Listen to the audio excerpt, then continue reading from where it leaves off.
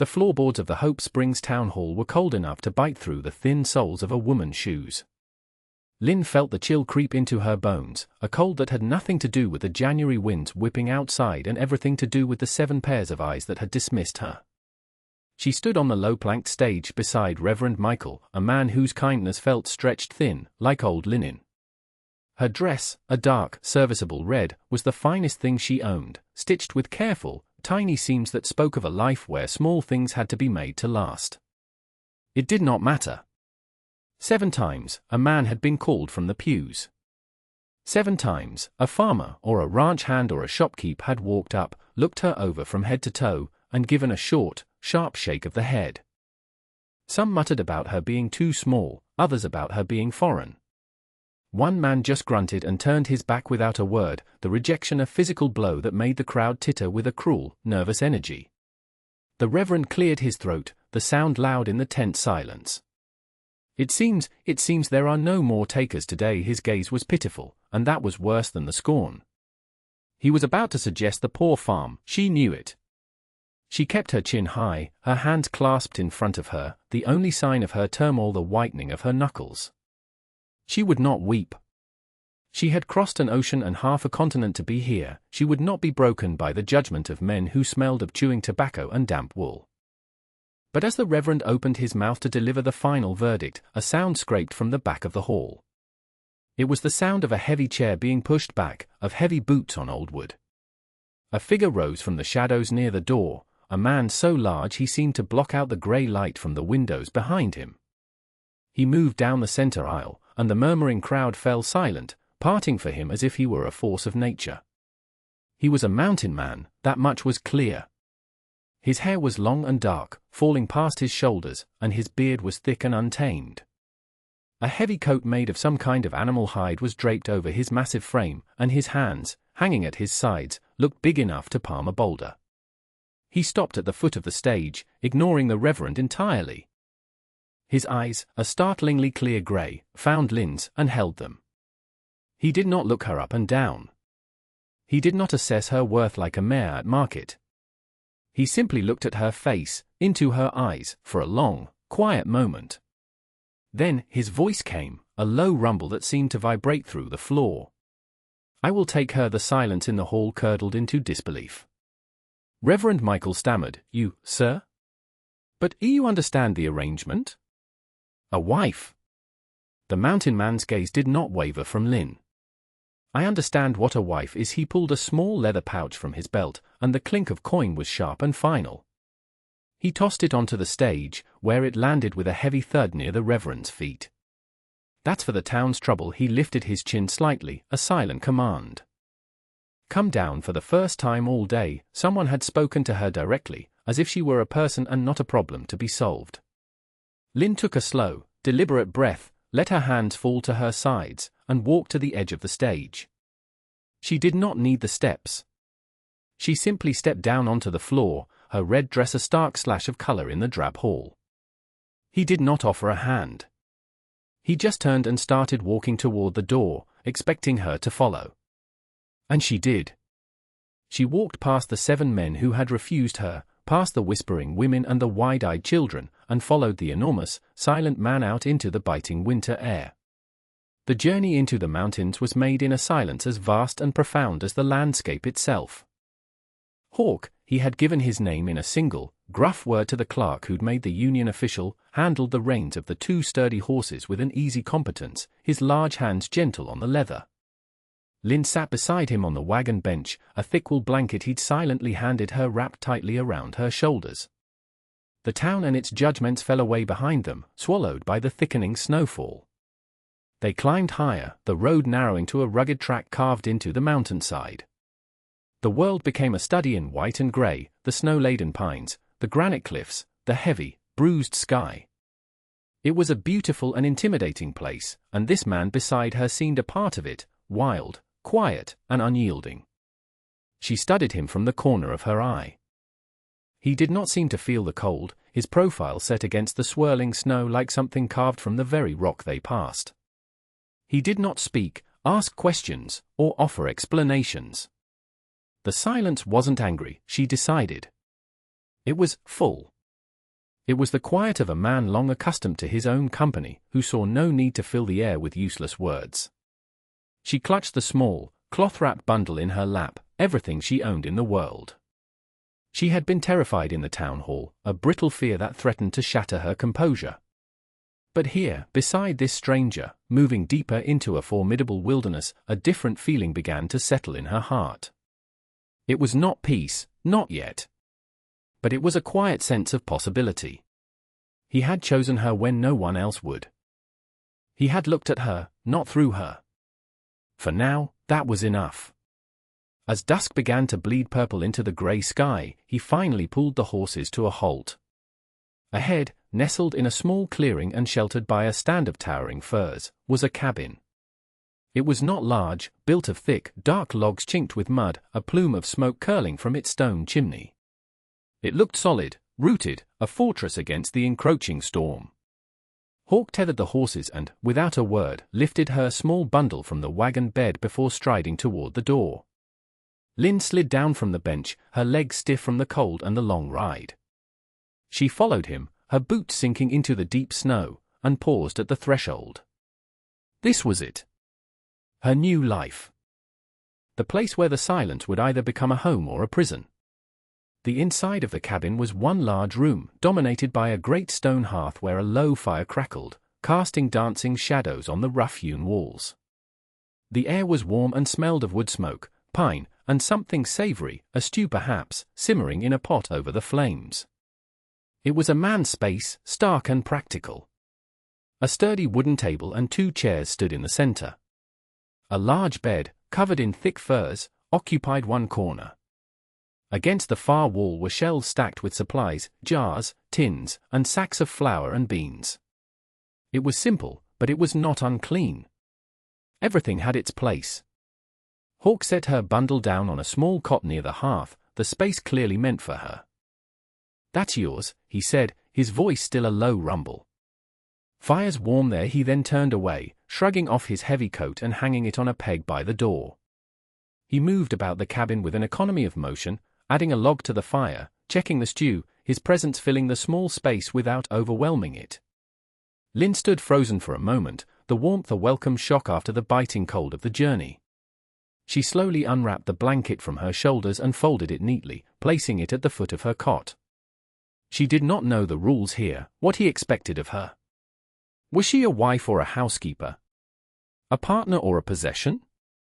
He seemed to sense her uncertainty. He ladled stew into 2 wooden bowls and set them on the table. "Eat," he said, not a command but a simple statement of fact. They ate in silence, the only sounds the scrape of spoons against wood and the soft hiss of the fire. The stew was rich with game meat and root vegetables, hearty and warming. It was the first truly nourishing meal she'd had in weeks. When they finished, she gathered the bowls, her movements hesitant. She found a basin and a small store of water near the hearth and began to wash them. He watched her for a moment, his grey eyes unreadable in the firelight. He didn't stop her. He simply gave a slow nod, as if she had passed some unspoken test, and turned to mend a piece of tack, his large hands surprisingly nimble with the leather and needle. The night settled around them, the wind howling outside, a wild song of the mountain. Inside, the silence returned, but it was different now. It was the quiet of 2 people sharing a space, a meal, a fire. It was the beginning of a rhythm, the first fragile notes of a life to be built from scratch, here, in the heart of the wilderness. The days that followed settled into a pattern, a quiet language of work and shared space. Hawk would rise before dawn, the scrape of his boots on the floorboards the only alarm clock. He would tend to the horses and check his trap lines, often returning with a rabbit or 2, which he would skin and prepare with a methodical, practiced skill. Lynn, in turn, claimed the cabin as her own domain. She learned the rhythms of the wood stove, how to bank the coals at night so a warm heart of embers remained in the morning. She organized the shelves, mended Hawk's worn flannel shirts with stitches so fine they were nearly invisible, and cooked meals that were simple but flavorful. She discovered he had a fondness for strong, black coffee, and she made sure a pot was always warm for him when he came in from the cold. He never thanked her with words, but he would take the mug she offered, his large, calloused fingers brushing hers for a fleeting moment, and the look in his eyes was thanks enough. One afternoon, he came back from the forest and set a bundle of green boughs on the table. It was spruce, and the scent filled the small cabin, a clean, sharp perfume that cut through the smell of smoke and drying wool. He said nothing, just went about his chores. Lynn hesitated, then took a few of the branches and tucked them into a crack in the wall near her cot. It was a small touch of beauty, a spot of green against the dark wood. Later, she saw him looking at it, his expression thoughtful. A week turned into 2. The silence between them remained, but it had softened, losing its sharp edges. It was now a comfortable quiet, punctuated by the necessary questions and statements of a shared life. Need more water from the creek, the bread is ready, snow's coming again. Hard won this time, they learned each other through observation. She saw the way he was gentle with his horses, his deep voice a soothing murmur to the animals. He noticed the way she hummed a soft, unfamiliar tune when she kneaded dough, her hands covered in flour. He learned she was not fragile, despite her small frame. She could haul buckets of water and split kindling with a steady hand. She learned he was not merely a brute. In the evenings, by the firelight, he would sometimes read from a worn, leather-bound book, his brow furrowed in concentration. She couldn't read the words, but she recognized the quiet reverence of a man communing with stories. It was a life stripped down to its essentials: warmth, food, shelter, and the steady presence of another human being. It was a world away from the crowded, judgmental town, a sanctuary built of mutual work and growing respect. Here, in this cabin, she was not the foreign girl, the unwanted bride. She was Lynn. And he was not the fearsome mountain man. He was Hawk. And slowly, almost imperceptibly, they were becoming a we. You know, it's a strange thing how two people can build a world together without ever speaking of their plans. They lay each brick of trust with a shared meal, a mended shirt, a log brought in from the cold. What do you suppose she thought, in those quiet moments, watching this giant of a man who had claimed her when all others turned away? What hopes and fears were tangled up in the silence between them? Let me know what you think in the comments, and we'll get back to the story. One evening, after a particularly grueling day of clearing a path through a fresh snowfall, Hawk returned to the cabin looking more tired than she had ever seen him. He ate his dinner in his usual silence, but there was a weight to it she hadn't felt before. After the meal, as she was tidying up, she found a small, intricately woven pouch in her bundle. It contained a precious stash of tea leaves, carried all the way from her homeland. She had been saving it, for what she didn't know. It felt like the last piece of her old life. She took a pinch of the dark, fragrant leaves and brewed a small pot of tea, the aroma a delicate counterpoint to the rustic scents of the cabin. She poured a cup into a small ceramic mug she had found on a high shelf and placed it on the table beside him where he sat staring into the fire. He looked at the cup, then at her, his grey eyes questioning. "For you," she said softly, her first unsolicited words to him that were not about a chore. He picked up the mug, his large hands making it look like a child's toy. He inhaled the steam, a flicker of surprise on his face. He took a sip, then another, his eyes closing for a moment. When he opened them, the weariness had lessened, replaced by something softer. "It's good," he rumbled. He drank the rest of the tea slowly, deliberately, as if committing the taste to memory. It was just a cup of tea, a simple offering. But in the quiet of the cabin, with the snow falling thick and fast outside, it felt like a conversation. It was an acknowledgement of his labor, a gesture of care. He didn't speak again that night, but before he turned in, he walked over to the woodpile he kept stacked inside and selected a piece of perfectly seasoned oak, placing it carefully on the fire. It would burn slow and hot, keeping the cabin warm until morning. He was taking care of her, too. And in that silent exchange, a new foundation was laid, one not just of respect, but of a quiet, burgeoning tenderness. The snow Hawk had predicted arrived not as a gentle blanket, but as a raging blizzard. For 3 days, the world outside the cabin vanished behind a solid wall of white. The wind shrieked like a hungry animal, clawing at the logs and rattling the single glass pane of the window. The cold was a physical presence, seeping through the smallest cracks, making the space around the hearth the only truly habitable part of their world. They were trapped, utterly and completely. The forced proximity changed the very air between them. The cabin, once a space of comfortable distances, now felt intensely small. Their lives, which had run on parallel tracks, now intertwined out of necessity. They moved around each other in a careful dance, their shoulders sometimes brushing, a spark of unexpected warmth in the frigid air. The storm stripped away their routines, leaving only the essential task of survival. They took turns feeding the fire, melting snow for water, and rationing their food. The silence, once a buffer, now felt charged. On the second night of the storm, the wind reached a terrifying crescendo. A heavy thud from outside was followed by a splintering crack. Hawk was on his feet in an instant, grabbing his heavy coat. "Stay here," he ordered, his voice sharp. He unbarred the door, and the wind tore it open, blasting the room with a wave of ice and snow. He fought his way out into the maelstrom. Lynn rushed to the doorway, peering into the swirling chaos. A massive pine branch, heavy with ice, had fallen against the small lean-to where the horses were sheltered. The roof was groaning, threatening to collapse.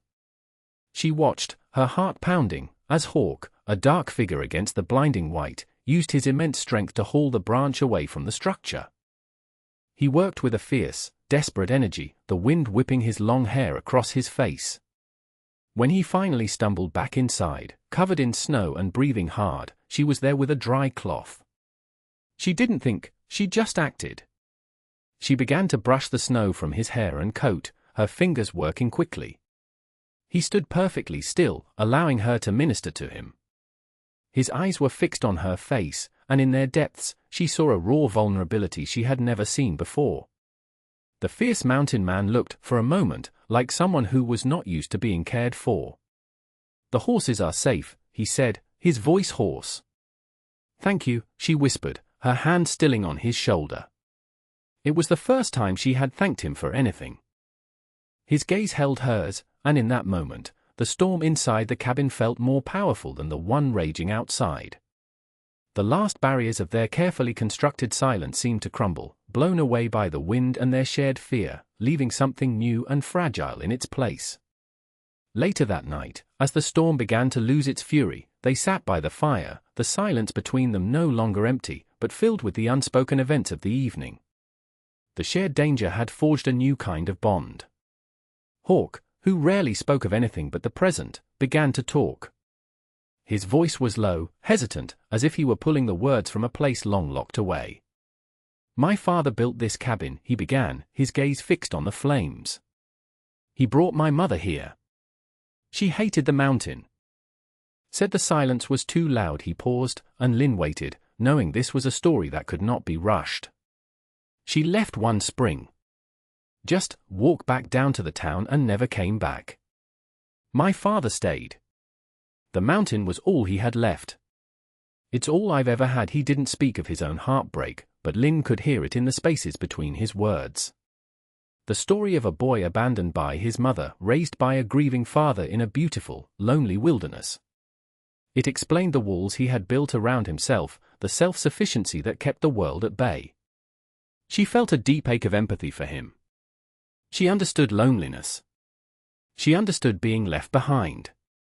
Emboldened by his confession, she found herself speaking, her voice soft but clear in the quiet room.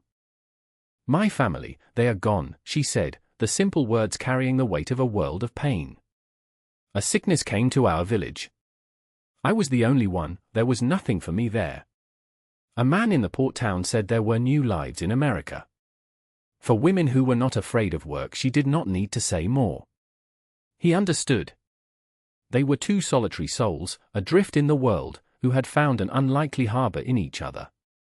He looked at her then, his grey eyes shining with an emotion she couldn't name. It was more than pity, more than respect. It was recognition. He saw her, not just as the woman he had chosen, but as a survivor, just like him. He reached out, his large, rough hand covering hers where it rested on her knee. His touch was surprisingly gentle, a warm, solid weight that anchored her.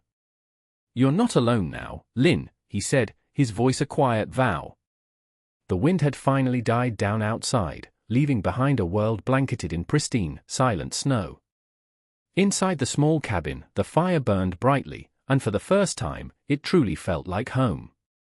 The storm finally broke after 5 long days, revealing a world transformed, buried under a thick, glittering blanket of white.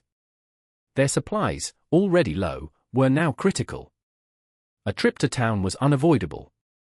The journey down the mountain was slow and arduous, Hawk guiding the horses through massive drifts, his knowledge of the terrain the only thing keeping them on the track. When they finally reached Hope Springs, it felt like entering a foreign country. The town was buzzing with people digging themselves out, their voices loud and jarring after the profound quiet of the cabin. As they walked toward the general store, heads turned. Whispers followed them like a trail of smoke. Lynn felt the familiar sting of being an outsider, but this time was different. Hawk was beside her, a solid, unmovable presence. Inside the store, the air was thick with the smells of coffee, leather, and gossip. While Hawk negotiated with the storekeeper for flour, salt, and other necessities, Lynn felt a pair of eyes on her. It was Marcus Thorne, a rancher with a slick smile and cruel eyes, one of the 7 men who had rejected her in the town hall. He sauntered over, deliberately blocking her path. "Well, look what the cat dragged in," he sneered, his voice loud enough for half the store to hear. "Looks like mountain life agrees with you." Or maybe it's just the mountain man. The Lynn ignored him, her face a calm, neutral mask, but her heart began to beat a frantic rhythm against her ribs. Marcus leaned closer, his breath smelling of stale whiskey. "Tell me, did you have to tame that beast, or did he break you in first?" Before Lynn could even react, Hawk moved. He wasn't loud or violent. He simply materialized between her and Marcus, a wall of silent fury. He was several inches taller and twice as broad as the other man, and his sudden proximity made Marcus take an involuntary step back. Hawk didn't raise his voice. He didn't have to. The quiet menace in his low rumble was more terrifying than any shout. "She is my wife," he said, each word a chip of ice. "Her name is Lynn. And you will speak to her with respect. Or you won't speak at all." The store fell dead silent. Everyone stopped to watch. Marcus's face flushed a blotchy red, his bravado crumbling in the face of Hawk's cold, lethal calm. He stammered, unable to meet Hawk's gaze, and scurried away toward the back of the store. Hawk stood there for a moment longer, a silent guardian, his body shielding her from the curious and judgmental eyes of the entire town. Then he turned to her, his expression softening as his eyes met hers. "Are you all right?" he asked, his voice gentle. She could only nod, her throat tight with emotion. It was more than a defense. It was a declaration. In front of everyone who had dismissed her, he had claimed her not as a possession, but as his partner, his wife, a woman deserving of honor. He had stood between her and the world, and in that moment, she knew she was cherished. The wagon ride back up the mountain was different from all the ones that had come before. The silence was no longer a space to be navigated, but a shared peace.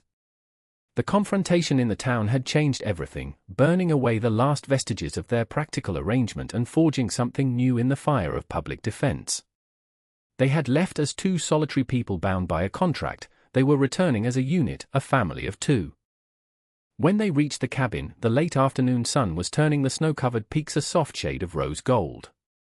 The air was still and cold, but inside, the embers Hawk had carefully banked that morning were still glowing. He quickly coaxed them back to a proper fire while Lynn began to put away the supplies. They moved around each other with a familiar, easy grace, the small cabin a world they had built together, a sanctuary that belonged only to them. When the chores were done, they stood near the hearth, the warmth of the fire on their faces. Hawk turned to her, his gray eyes serious in the flickering light. He reached out, not for her hand this time, but to gently cup her cheek, his thumb stroking her skin. His touch was reverent. "I was alone for a long time," he said, his voice a low murmur. "I thought I liked it. Thought it was all I needed." I was wrong. Lynn's heart swelled, and she leaned into his touch, her eyes meeting his without fear. "I was also alone," she whispered. I thought I was looking for a place. A roof. I did not know I was looking for a home. A slow smile spread across Hawk's face, a rare and beautiful thing that transformed his rugged features. It reached his eyes, crinkling the corners and filling them with a light she had never seen before. "This is your home now, Lynn," he said, his voice thick with emotion. "Our home." He lowered his head, and his kiss was as gentle and steady as the man himself. It was not a kiss of frantic passion, but of deep, quiet certainty. It tasted of wood smoke, winter air, and the promise of 1,000 sunrises to come. It was a seal on the unspoken vows they had already made to each other through shared work, quiet care, and unwavering loyalty. Outside, the stars began to appear in the vast, dark sky, scattered like diamonds on black velvet. But inside the cabin, a single point of warm, golden light shone against the immense, cold mountain, a testament to the fact that the most profound and enduring homes are not found, but built, log by log, kindness by kindness, in the wild and tender landscape of the human heart.